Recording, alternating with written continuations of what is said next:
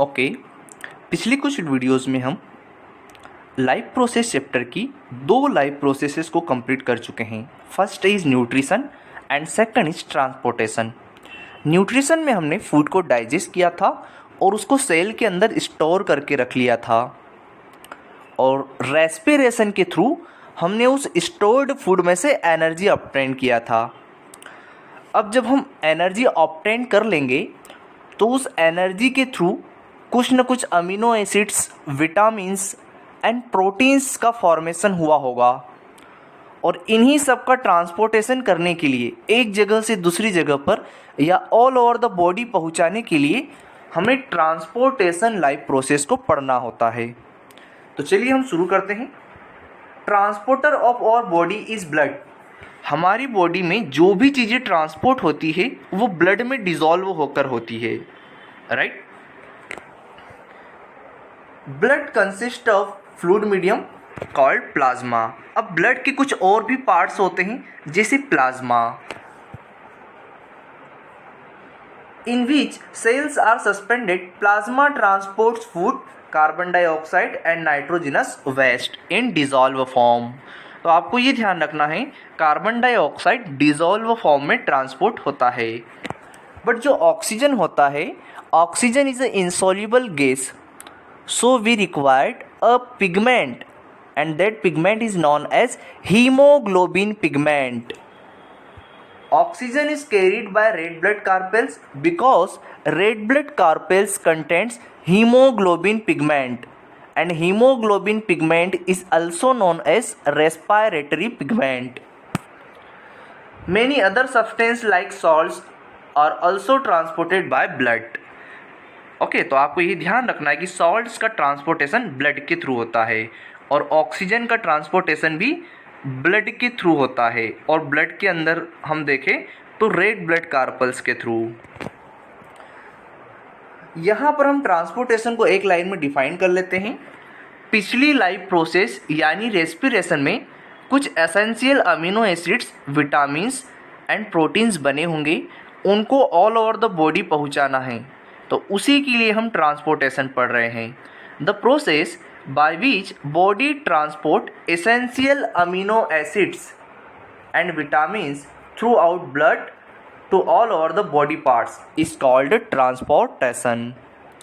अब इतना सारा ब्लड है और बॉडी का साइज थोड़ा सा बड़ा है, तो सारे ब्लड को ईच पार्ट तक पहुंचाने के लिए, सभी पार्ट्स तक पहुंचाने के लिए हमें एक पंपिंग ऑर्गन की रिक्वायरमेंट होगी, और वो पंपिंग ऑर्गन है हार्ट। अब देखिए, ह्यूमन हार्ट में 4 चैम्बर होते हैं, जिसमें जो अपर साइड के होते हैं उन्हें हम आर्ट्रियम कहते हैं, और जो लोअर साइड में होते हैं उन्हें हम वेंट्रिकल्स कहते हैं, राइट। अब यहाँ पर आप देख लीजिए, ये लेफ्ट हो गया, लेफ्ट आर्ट्रियम, ये लेफ्ट वेंट्रिकल है ना, ये राइट आर्ट्रियम और ये राइट वेंट्रिकल। अब देखिए क्या होता है, इसके पहले हमने रेस्पिरेशन लाइफ प्रोसेस देखा था।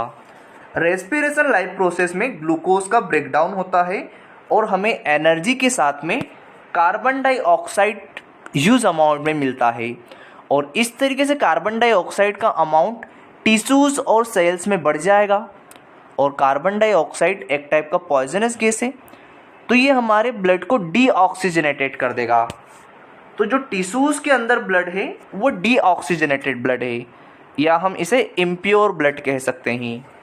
इस ब्लड को प्योर करना है तो इसमें से कार्बन डाइऑक्साइड को निकालना होगा और ऑक्सीजन डालना होगा, और वो कौन सा पार्ट है जहाँ से हम कार्बन डाइऑक्साइड को बाहर करते हैं और ऑक्सीजन को इन करते हैं, तो वो पार्ट है हमारा लंग्स। लंग्स में हम ऑक्सीजन ला रहे हैं और कार्बन डाइऑक्साइड को बाहर कर रहे हैं।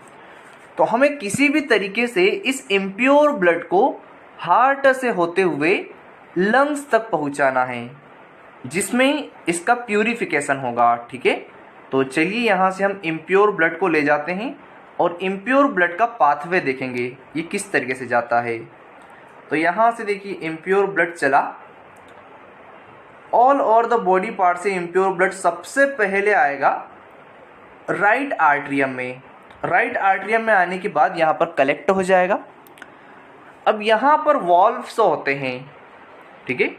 इन्हें हम बाइकस्पिड या ट्राइकस्पिड वॉल्व्स कहते हैं। अब यहाँ से ये ब्लड राइट वेंट्रिकल में आ जाएगा और अब इस ब्लड का रिवर्स फ्लो ना हो जाए इसीलिए यहाँ पर वॉल्व्स प्रेजेंट होते हैं। जैसे ही ब्लड इसके अंदर एंटर हुआ वैसे ये वॉल्व क्लोज हो जाएंगे। ठीक है, ये वॉल्व अब यहाँ से क्लोज हो गए हैं। अब ये जो ब्लड है राइट वेंट्रिकल से पल्मोनरी आर्टरीज के थ्रू लंग्स तक चले जाएगा। तो चलिए इसे लंग्स तक ले जाते हैं। यहाँ से होते हुए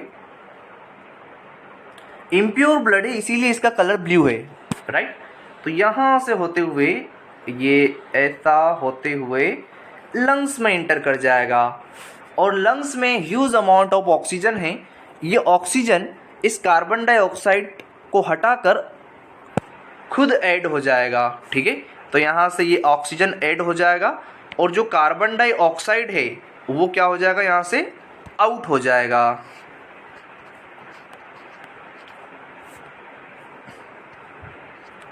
राइट, अब यहाँ पर देखिए यहाँ से जो ब्लड अब हमें मिलेगा वो प्योर ब्लड होगा और प्योर ब्लड को हम ऑक्सीजनेटेड ब्लड कहते हैं। राइट, अब ये ऑक्सीजनेटेड ब्लड यहाँ से चलेगा पल्मोनरी वेन से होते हुए सबसे पहले आएगा राइट आर्टरियम में। राइट आर्टरियम में कलेक्ट होने के बाद ये वॉल्व्स खुलेंगे और इन वॉल्व्स के खुलने के बाद ये ब्लड यहाँ से होते हुए लेफ्ट वेंट्रिकल में जाएगा और लेफ्ट वेंट्रिकल से ये वापस all over the body parts और टिश्यूज़ में पहुँच जाएगा। जहाँ पर भी ऑक्सीजनेटेड ब्लड की रिक्वायरमेंट है वहाँ पर पहुँच जाएगा। अब देखिए ग्लूकोज के ब्रेकडाउन के लिए हमें ऑक्सीजन की रिक्वायरमेंट है और ये देखिए हमारा ऑक्सीजनेटेड ब्लड यहाँ से आ गया है ना। अब ये वापस इस ग्लूकोज को ऑक्सीजन देगा और वापस इसका ब्रेकडाउन होगा, वापस कार्बन डाइऑक्साइड बनेगा। ये कार्बन डाइऑक्साइड वापस जाएगा घूम फिर कर इस तरीके से लंग्स में और लंग्स से प्योर होने के बाद वापस से left atrium, left ventricle and वापस से ऑल ओवर द बॉडी आ जाएगा। तो इस तरीके से पूरा साइकिल चलता रहता है। अब यहाँ पर देखिए कुछ और मसल्स भी होती है। ठीक है, जैसे ये इसे हम सेप्टम कहते हैं। ये दोनों को डिवाइड करता है, राइट साइड और लेफ्ट साइड को। और यहाँ पर ये वेना कावा है जो ऑल ओवर द बॉडी से इम्प्योर ब्लड ला रहा है। और ये जो है एरोटा, ये ब्रेन से जाकर जुड़ता है। ब्रेन में ऑक्सीजन कंटिन्यूसली सेंड करते रहता है जिससे ब्रेन की वर्किंग प्रॉपर रहे। राइट, तो ये था ट्रांसपोर्टेशन में हार्ट का मैकेनिज्म। अब हम नेक्स्ट स्लाइड में देख रहे हैं डबल सर्कुलेशन। डबल सर्कुलेशन को देखने से पहले हम इस चीज़ को देख लेते हैं। जो भी चीज़ या फिर जो भी ब्लड वेसल्स हार्ट से बाहर ब्लड ले जाती है आउट, उसे हम आर्टरी कहते हैं। और जो हार्ट के अंदर ले जाती है इन, उसे हम वेन कहते हैं। और जनरली आर्टरीज में प्योर ब्लड होता है एंड वेन्स में इम्प्योर ब्लड होता है। राइट, और एक ऐसी आर्टरी है जो एक्सेप्शनल है। यहाँ पर आप देख सकते हैं जो भी हार्ट से बाहर ब्लड ले जाती है उसे हम आर्टरी कहते हैं। राइट, अब यहाँ पर इस डायग्राम में देखिए ये वाला जो है ये हार्ट से ब्लड को बाहर ले जा रहा है और इसे हम आर्टरी कहेंगे। और कौन सी आर्टरी? Pulmonary artery. ठीक है, तो आप ध्यान दीजिए ये आर्टरी होने के बाद भी आर्टरी में जनरली प्योर ब्लड होता है ना, ऑक्सीजनेटेड ब्लड होता है। लेकिन एक ऐसी आर्टरी है जिसे हम पल्मोनरी आर्टरी के नेम से जानते हैं, उसके अंदर इम्प्योर ब्लड होता है। ठीक है, तो ये एक्सेप्शन है, आपको ध्यान रखना है। अब यहाँ पर देखिए हम डबल सर्कुलेशन की बात करते हैं। हमने क्या देखा, एक साइड में इम्प्योर ब्लड होता है और वो लंग्स में जाता है और लंग्स से प्योर होने के बाद वो ऑक्सीजनेटेड ब्लड के फॉर्म में इस तरीके से वापस ऑर्गन्स और टिश्यूज तक आ जाता है। तो यहाँ पर आप ध्यान दीजिए यहाँ पर एक साइकिल इस जगह बन रहा है और एक साइकिल इस जगह बन रहा है, इसीलिए इसे हम डबल सर्कुलेशन कहते हैं। यहाँ पर थोड़ा और हम जानकारी ले लेते हैं। जैसे यहाँ से ये क्लस्टर है, क्लस्टर ऑफ ब्लड वेसल्स, या इसे हम कैपिलरीज भी कहते हैं। इन कैपिलरीज से कार्बन डाइऑक्साइड वाला ब्लड इस तरीके से जाएगा। सबसे पहले जाएगा राइट आर्ट्रियम में, राइट आर्ट्रियम से राइट वेंट्रिकल में, और यहाँ से ये पहुँचा दिया जाएगा लंग्स तक, क्योंकि लंग्स में क्या है, ऑक्सीजन है। तो इसमें ऑक्सीजन मिला देंगे और इसमें से कार्बन डाइऑक्साइड को हम बाहर कर लेंगे, राइट। अब जो ब्लड आएगा वो ऑक्सीजनेटेड आएगा, इसीलिए इसका कलर रेड कर दिया गया है। ये आएगा सबसे पहले लेफ्ट आर्ट्रियम में, फिर लेफ्ट वेंट्रिकल में, और यहाँ से होता हुआ ये वापस पूरे बॉडी पार्ट्स तक पहुँचा दिया जाएगा, जहाँ जहाँ पर भी ऑक्सीजन की रिक्वायरमेंट है। तो डबल सर्कुलेशन देखिए, the human circulatory system has 3 की points: blood vessels, blood and heart. It is called double circulator system because blood passes through the heart twice per circuit या पर साइकिल, ठीक है। 2 बार होगा, एक बार यहाँ पर साइकिल बन रहा है और एक बार यहाँ पर साइकिल बन रहा है, ठीक है। The right pump send deoxygenated blood to lungs. आप देख सकते हैं राइट वाला पार्ट डीऑक्सीजनेटेड ब्लड लंग्स तक पहुँचाता है, वेयर इट्स बिकम ऑक्सीजनेटेड, और यहाँ पर लंग्स से इसमें ऑक्सीजन मिला दी जाएगी, and return back to heart, और यहाँ से रिटर्न हो जाएगा हार्ट में।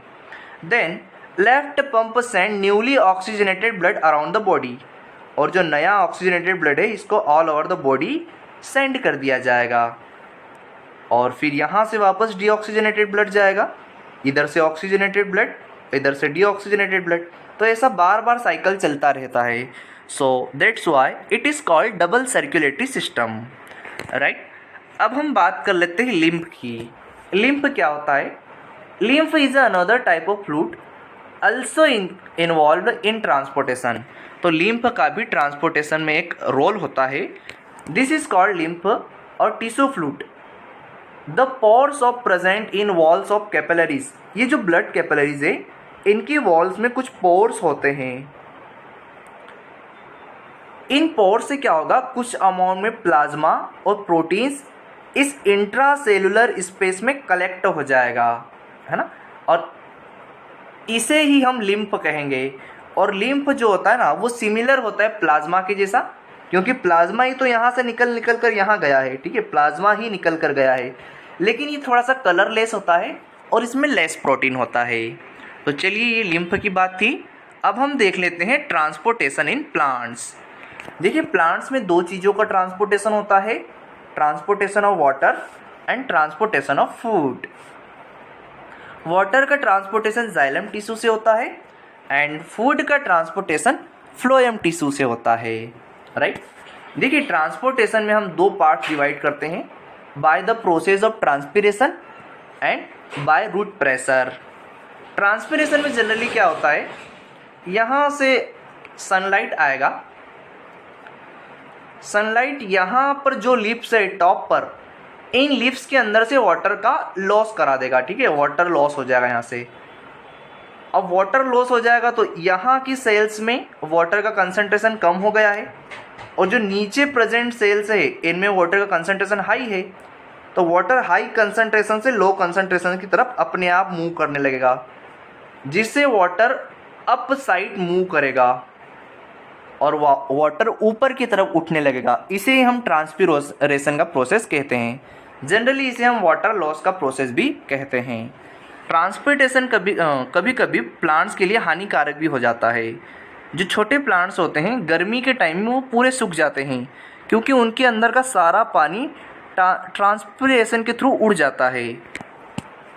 अब यहाँ पर देखिए दूसरा है रूट प्रेशर। अब रूट प्रेशर बनता क्यों है उसका रीज़न देखिए।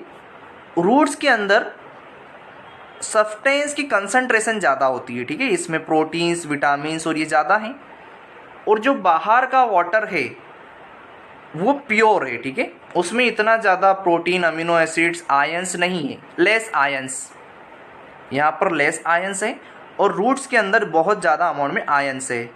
तो रूट्स के अंदर वाटर का अमाउंट लेस होता है और बाहर वाटर का अमाउंट हाई होता है। और आप जानते हैं water high concentration to low concentration जाता है, तो यहाँ से वाटर होता हुआ रूट्स में जाएगा और अब थ्रस्ट प्रेशर के थ्रू ये पूरे प्लांट्स में ट्रांसपोर्ट हो जाता है। इसे हम रूट प्रेशर कहते हैं। अगला है ट्रांसपोर्टेशन ऑफ फूड। फूड का ट्रांसपोर्टेशन फ्लोएम टिश्यू के थ्रू होता है, राइट। तो ये था हमारा पूरा ट्रांसपोर्टेशन लाइफ प्रोसेस। अब हमारी एक लास्ट लाइफ प्रोसेस बची है एक्सक्रीशन, उसे ही हम जल्दी कवर कर लेंगे।